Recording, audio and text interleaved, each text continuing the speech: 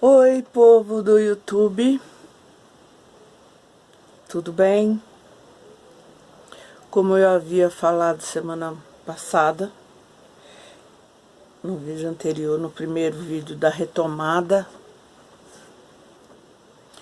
eu falei que eu ia falar das minhas histórias, dos meus casos de vida. E vou começar. São histórias, tem umas que são tristes, tem outras que são engraçadas, mas o meu intuito é esse mesmo, eu quero contar. Era o ano de 1962. Eu tinha 7 para 8 anos de idade.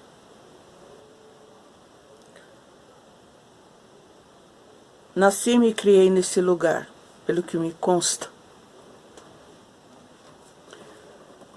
E sempre todo mundo ali, juntos, família, mãe, pai, irmãos. Porque com 5 anos a minha mãe teve a minha primeira irmã. Eu tinha 5 anos e a criança ficava com a criança. E com 6 ela teve o outro. E com 7 ela teve um outro. Estávamos todos lá, a família inteira.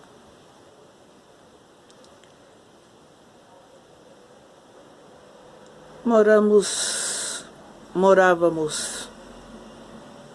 na Vila Indiana. Lá nasci, me criei ali. E o nome do lugar, antigamente era loja, ou melhor, era a Vila dos Funcionários, de uma pedreira que tinha lá perto. E logo se transformou na favela Buraco Quente. E lá eu me criei, até os 17 anos, quando a gente mudou pra cá.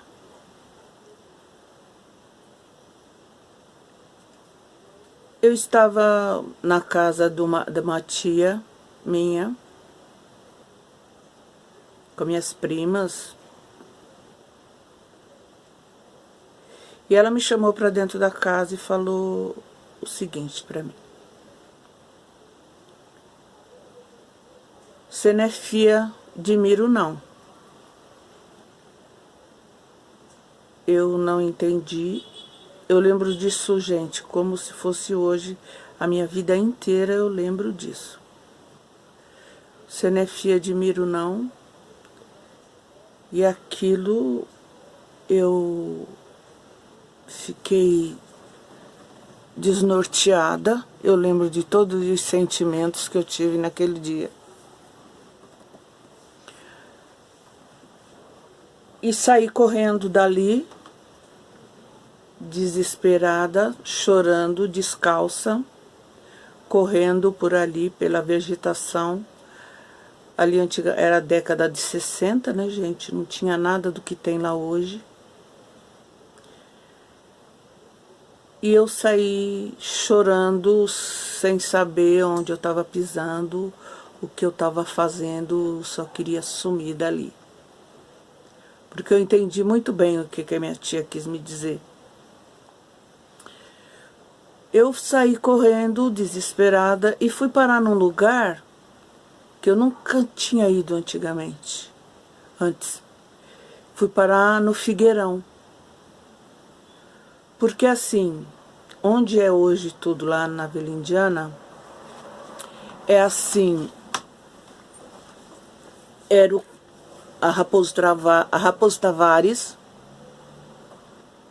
o campo do Estrada e o campo do Vila, tudo vegetação, campo de várzea. E eu nunca tinha ido até esse Figueirão, porque eu era muito criança e eu não ia, porque sim, porque eu era criança e era muito longe para mim, mas eu fui parar lá. no desespero, na angústia, no triste. Aí ela disse pra mim uma coisa que me deixou bem... Aquilo não saía da minha cabeça. Você não percebe que você é encardida? Durante essa conversa que ela teve comigo, ela perguntou: você não percebe que você é encardida? E aquilo ficou na minha cabeça, encardida, encardida, encardida. Parei no Figueirão, chorei muito. Começou a anoitecer. E eu fui por outro lado, porque era um redondo. Eu, ao invés de voltar pelo mesmo lugar que eu estava, eu saí do Figueirão e desci correndo. Porque, afinal de contas, eu tinha criança, né? As crianças, afinal. E cheguei em casa pela porta dos fundos e meu pai estava lá, fazendo a barba, eu lembro, com uma navalha, aquela coisa de sempre. Aí eu cheguei para ele e perguntei: pai, você não é meu pai, não? Ele olhou para mim e voltou a fazer a barba. Aí eu perguntei de novo: pai, você não é meu pai, não? Aí ele disse o seguinte para mim: quem te falou? Eu falei: a tia. Que tia? Eu falei o nome. Aí ele falou para mim o seguinte. E aí ele falou isso para mim, que assim eu não precisava chamar ele de pai, que ficava melhor então, assim, que eu não precisava chamar ele de pai. Aí que eu fiquei desesperada mesmo. Chorei muito dentro daquela casa, desesperada, as crianças pequenas e eu também. Daqui a pouco ela chegou, a minha mãe, e eles começaram a discutir, brigar, sei lá. Eu saí de perto, saí dali, tentei subir no abacateiro, que vocês vão saber histórias desse abacateiro que eu tenho também.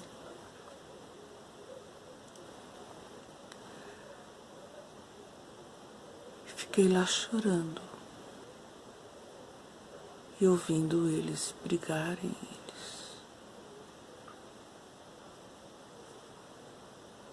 discutindo. Fui no morrinho, um morrinho que eu tinha, atrás da casa que eu tinha, não, o morrinho existia lá. E de lá eu via a Corifeu de Azevedo Marques, que era também, era muito perto da onde eu estava, a Corifeu, né?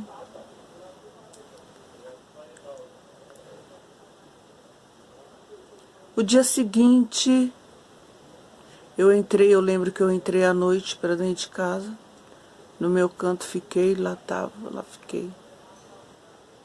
Ele não estava em casa, eu acho que ele ia trabalhar, porque ele tocava, né? Tocava violão, tocava guitarra. E ele devia ter ido trabalhar, ou não. Gente, até hoje a minha mãe não conversou comigo a respeito daquela conversa que a gente teve. Até hoje, ela nunca tocou naquele assunto. E aí as coisas foram... O dia seguinte foi estranho, o segundo dia foi estranho. As crianças era como se nada tivesse acontecido, porque afinal de contas a gente era tudo quase da mesma idade, ninguém sabia de nada. as tias que ficavam meio assim comigo, os tios também. E as coisas foram se ajeitando, né? As coisas foram se ajeitando, se ajeitando. E aí a vida continuou. E essa é a história do meu primeiro, da minha primeira tragédia, assim, para mim. Para mim isso foi uma tragédia que aconteceu quando eu tinha 7 anos. E é disso que eu quero falar. Contei para vocês e vou semana que vem. Para semana tem mais histórias. Dá o seu like, compartilha, fala aí que eu quero ver, escreve aí para mim, faz perguntas. Quem sabe alguém, eu conheço alguém me conhece daquela época que vai ouvir. É isso. Dá o seu like, se inscreve no canal, compartilha. Que eu acho que essa é a primeira, é a mais terrível, né? Apesar que tem outras histórias tristes também, mas tem muita história engraçada e alegres, enfim. Boa noite para vocês